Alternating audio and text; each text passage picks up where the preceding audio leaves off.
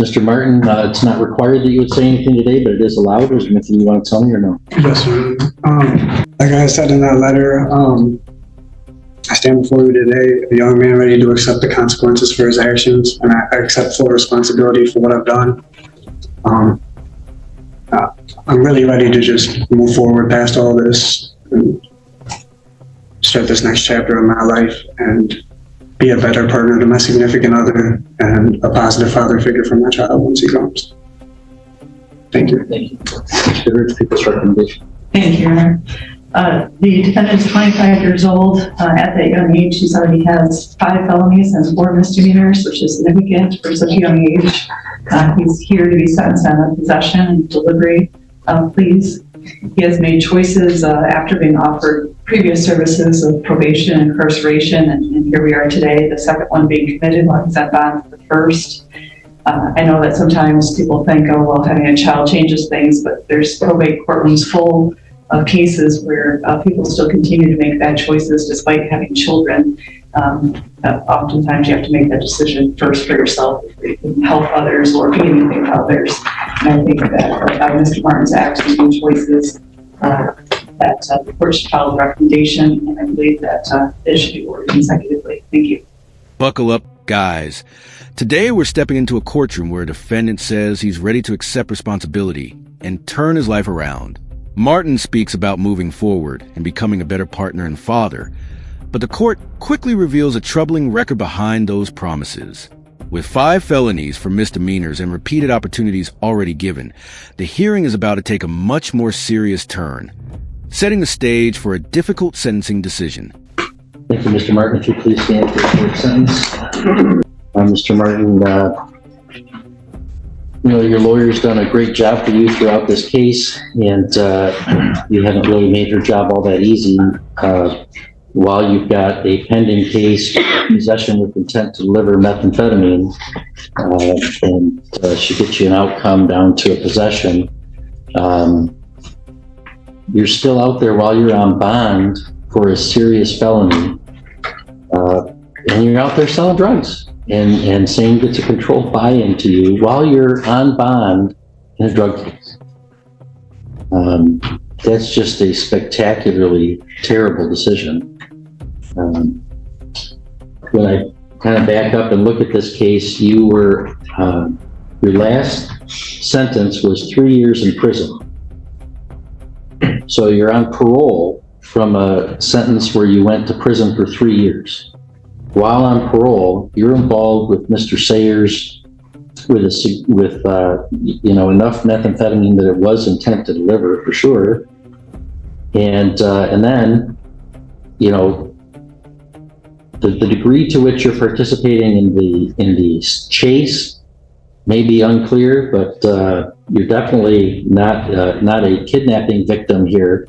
You're tossing the drugs out the window. You're running wild out there while you're on parole. And then while you're on bond for that case, you end up, I don't know, there was a parole detainer, and then I think when they discharged it, so then they finally discharged you from parole, which Lord knows why the Department of Corrections would discharge you from parole when you committed a felony crime while on parole. I don't know why they don't wait around and maybe return you to prison, but I think they like to say that their recidivism numbers are so low, they didn't return you to prison. You had a successful parole. Well, you had anything but a successful parole because you're out there involved in methamphetamine while you're on parole. So the parole detainer goes away, and you go out in the community, and you just continue to run wild. And you're selling drugs, and you're selling it to a CI. From an outside perspective, this is where the judge lays out why Martin's situation has become so serious. He was already on parole after serving 3 years, yet he became involved in methamphetamine activity and was accused of selling drugs while on bond. The judge emphasizes that these were not isolated mistakes. Instead, the repeated conduct showed a pattern of poor decisions despite previous chances to change, making the court increasingly skeptical of another lenient outcome. That's just quite a series of events, Mr. Martin. When you were on parole for a 3-year sentence, and then you're involved with methamphetamine drug activity that did involve It did involve distribution of drugs, not enough to show the 2 levels for the possession. But that's a relevant factor. And you didn't do well on bond. I dismissed a couple of show causes today, but I mean, you had some positive tests for methamphetamine and for alcohol.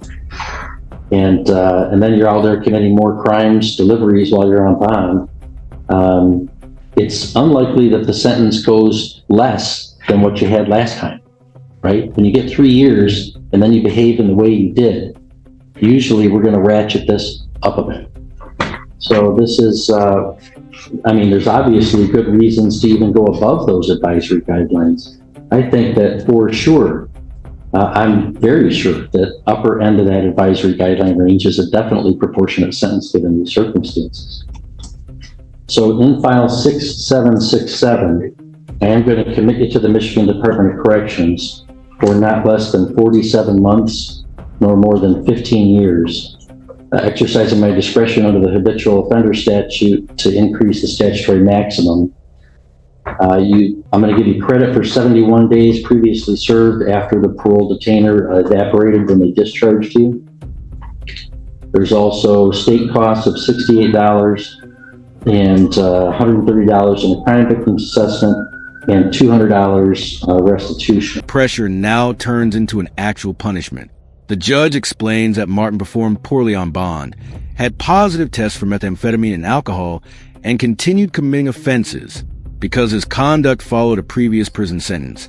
The court sees little reason to stay near the lower end of the guidelines. The result is a major sentence, at least 47 months and up to 15 years in prison, showing just how heavily the repeated violations affected the court's decision. In file 6880, this is the delivery while you were on bond for the methamphetamine case. There's restitution of $70, state cost of $68, crime victims assessment of $130, and I will commit you to the Michigan Department of Corrections. Again, I think a term on the upper end of the advisory guidelines is certainly proportional for the fact that you're out there selling drugs while you're on bond for a drug case.